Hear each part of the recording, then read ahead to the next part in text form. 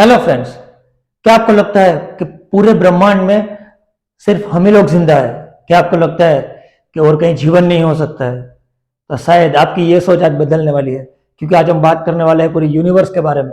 उसमें कितने स्टार्स है, कितनी गैलेक्सी और लाइफ की क्या पॉसिबिलिटी है। तो हम स्टार्ट करते हैं। सोचो, ये हमारा एक सन है, हमारा सूर्य, जिसके इर्द गिर्द ये सारे ग्रह चक्कर लगाते हैं। उसमें से ये एक है हमारी पृथ्वी। इस एक पृथ्वी पे हम रहते हैं 800 करोड़ लोग।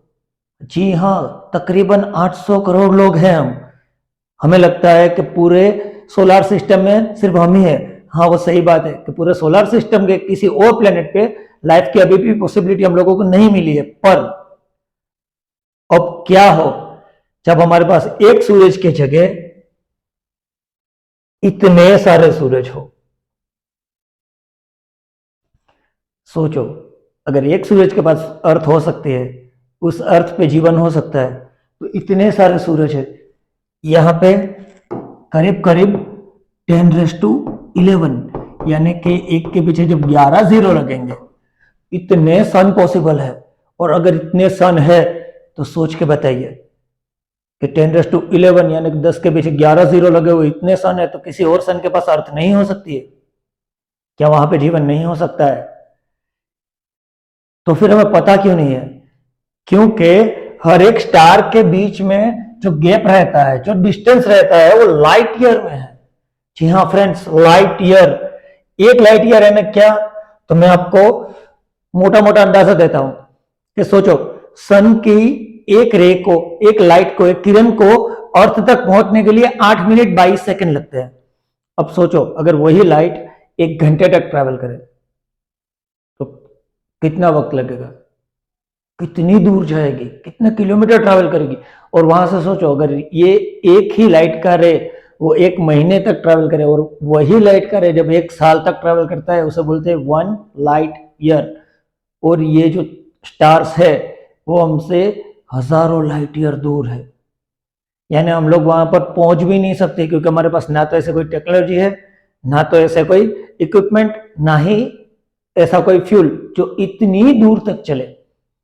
पर तब क्या होगा जब किसी और ग्रह में रहने वाले लोग यही सोचते हो और उसके पास हमसे बेहतर टेक्नोलॉजी हो? तो फिर क्या होगा?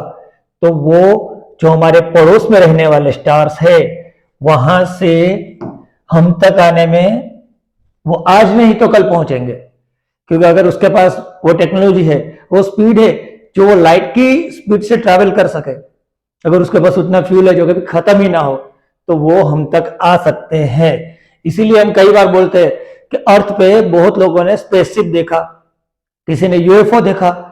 ये बातें मनगढ़ंत भी हो सकती है और कहीं कहीं सच भी, क्योंकि सोच के देखो कि 10⁻11 सन, और ये तो एक गैलेक्सी की बात हुई। ऐसे हमारे पास 10⁻11 गैलेक्सिया भी है। यानी हम लोगों के पास टोटल सन हुए 10 के ऊपर 22, यानी 10 के पीछे 22 जीरो लगेंगे दोस्त। 22 जीरो अगर लगते हैं तो सोचो कितने सन हुए। और उतने सन में से हम बोल रहे हैं कि अगर चलो 50%, हम 50% सन्स को भी निकाल दे, तब भी हमारे पास 10⁻11 सन और बचेंगे जिसके पास लाइफ की पॉसिबिलिटी है। और अगर इसमें से भी मैं 50% कम कर दूं, तब मिनिमम सोचो 10⁻5, यानी कम से कम 1 लाख ऐसे सन होंगे जहां पे लाइफ होगी। पर उन लोगों के पास या फिर हमारे पास वो टेक्नोलॉजी नहीं है कि हम उन लोग को तक पहुंचे या फिर वो लोग हम तक पहुंचे। पर मुझे पक्का लगता है कि एक ना एक दिन वो आएगा, या तो हम उन तक पहुंचेंगे या वो हम तक। तो आपको ये कैसा लगा और मेरे सोच के बारे में आपका क्या कहना है, प्लीज मुझे बताइएगा। और ऐसे ही चीजें जानने के लिए लाइक, शेयर और सब्सक्राइब कीजिए। Thank you very much.